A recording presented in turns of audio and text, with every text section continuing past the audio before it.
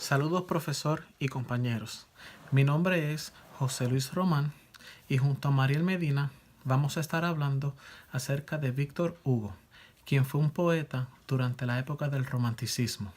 En este video vamos a cubrir los datos generales del autor, vamos a hacer la lectura del poema, vamos a hablar acerca de los temas y asuntos del poema y vamos a hablar acerca de las características del periodo romántico reflejadas en el poema.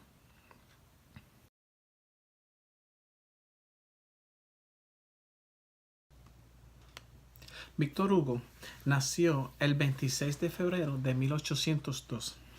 Nació en Besançon, que es una comuna francesa situada en el este del país. Fue el menor de 3 hermanos. Se educó con sus tutores particulares y en escuelas privadas de París. En el año 1817, la Academia Francesa le premió un poema. 5 años después, publicó su primer volumen, Odas y Poesías Diversas.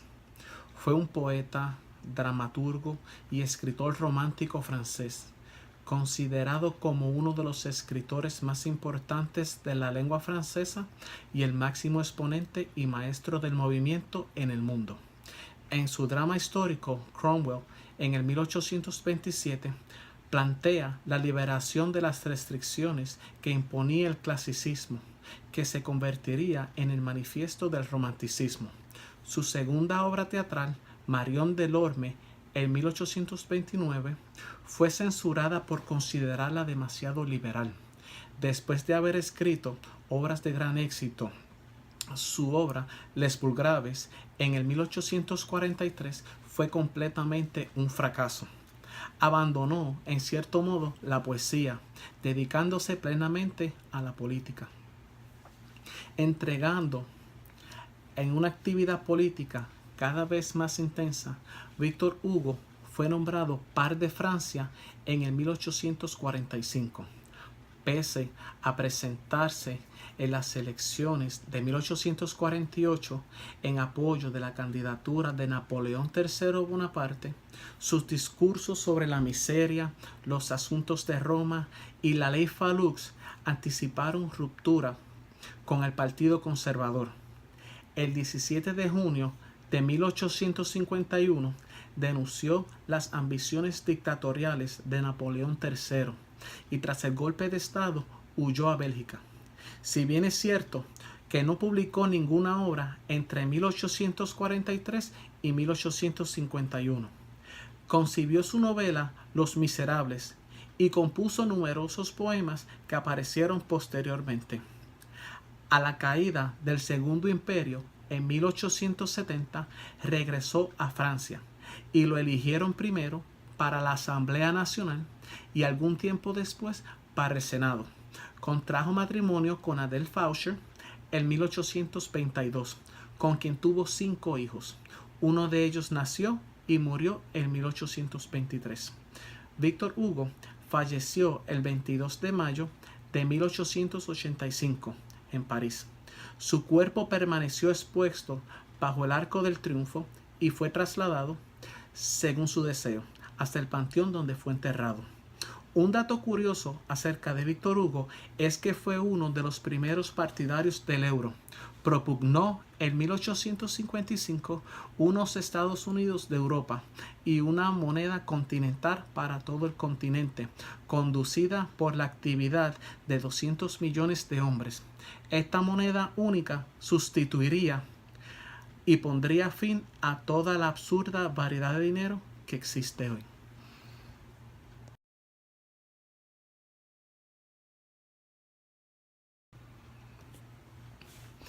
Yo tenía 12 años, 16 ella al menos. Alguien que era mayor cuando yo era pequeño, al caer de la tarde, para hablarle a mis anchas. Esperaba el momento en que se iba su madre. Luego con una silla me acercaba a su silla, al caer de la tarde, para hablarle a mis anchas. Cuánta flor las de aquellas primaveras marchitas.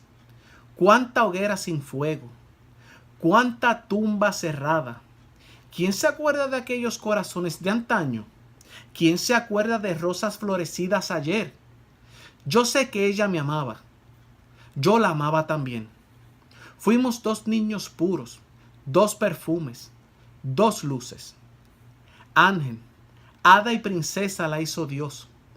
Dado que era ya persona mayor, yo le hacía preguntas de manera incesante por el solo placer de decirle, ¿por qué?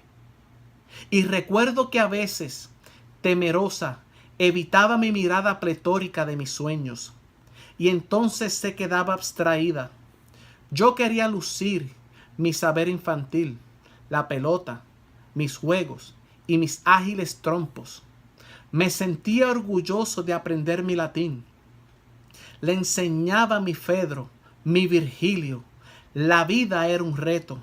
Imposible que algo me hiciera daño, puesto que era mi padre general, presumía.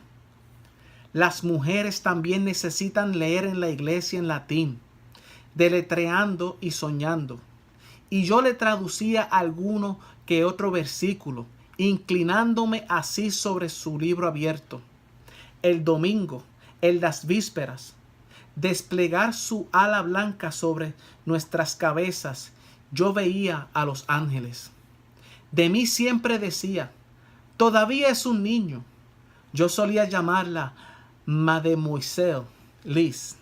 Y a menudo en la iglesia, ante un salmo difícil, me inclinaba feliz sobre su libro abierto. Y hasta un día, Dios mío, tú lo viste. Mis labios hechos fuego rozaron sus mejillas en flor. Juveniles amores que duraron tan poco. Sois el alba de nuestro corazón. Hechizar a aquel niño que fuimos con un éxtasis único. Y al caer de la tarde, cuando llega el dolor, consolar nuestras almas, deslumbradas aún, juveniles amores que duraron tan poco.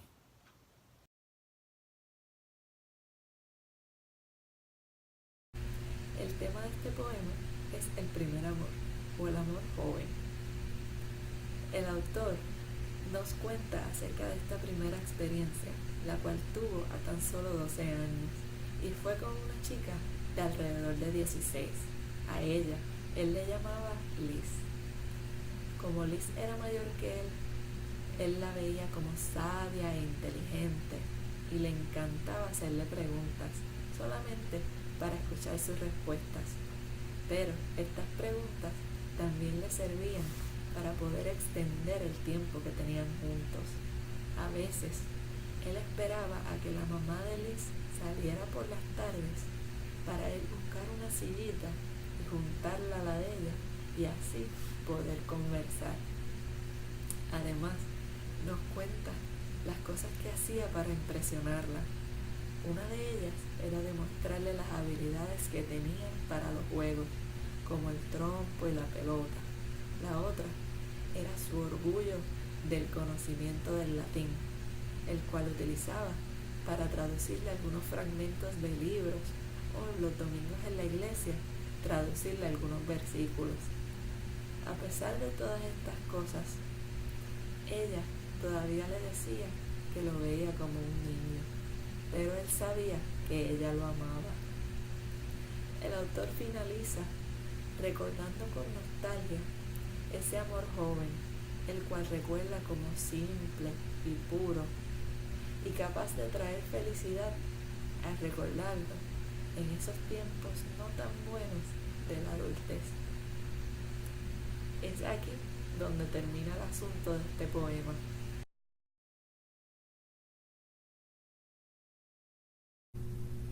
La primera característica que vamos a ver es la de que discutimos anteriormente, el tema. En el poema Liz podemos ver que el autor habla de su primera experiencia de amor. Este es uno de los principales temas que resaltan en este periodo, ya que habla de la intimidad del poeta, como sus sentimientos, su pensar, su propia personalidad, entre otros. Un ejemplo del tema lo podemos ver en esta estrofa. Juveniles amores que duran tan poco, sois el alba de nuestro corazón, hechizad a aquel niño que fuimos con un éxtasis único. En este ejemplo observamos cómo él describe al amor joven como un amor corto y puro. La segunda característica es que en vez de un final moralizador, hay un final estético. O sea, el propósito del escrito no es enseñar una lección, sino levantar sentimientos en el lector. Un ejemplo de esto lo vemos cuando nos dice: y al caer de la tarde, cuando llega el dolor, consolad nuestras almas, deslumbradas aún, juveniles amores que duraron tan poco. Este final muestra las aflicciones del autor y cómo el recordar lo bonito le da consuelo.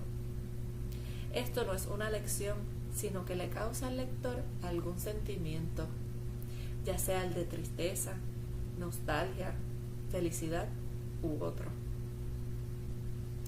La tercera característica es la subjetividad, la cual se refiere a una obra de carácter íntimo o personal. Como he mencionado, el autor relata eventos de su juventud, eventos personales como por ejemplo: yo quería lucir mi saber infantil, la pelota, mis juegos y mis ágiles trompos. Me sentía orgulloso de aprender mi latín. Este ejemplo provee información del autor mismo, al igual que en el resto de la obra, lo cual nos lleva a concluir que el autor se siente como eje del mundo, lo cual es un ejemplo de la subjetividad. La cuarta característica es la libertad de inspiración, específicamente los sentimientos. Esta característica la podemos ver ejemplificada en la siguiente estrofa. ¿Quién se acuerda de rosas florecidas ayer? Yo sé que ella me amaba, yo la amaba también. Fuimos dos niños puros, dos perfumes, dos luces. Esta estrofa nos da un ejemplo de los sentimientos que demuestra el autor a través del poema. La quinta característica es un espíritu idealista. Una de las maneras que se demuestra este espíritu es aspirando a crear un mundo superior. En el siguiente ejemplo, notamos que menciona su pensar acerca de la mujer. Las mujeres también necesitan leer en la iglesia en latín, deletreando y soñando. Y yo le traducía algún que otro versículo, inclinándome así sobre su libro abierto.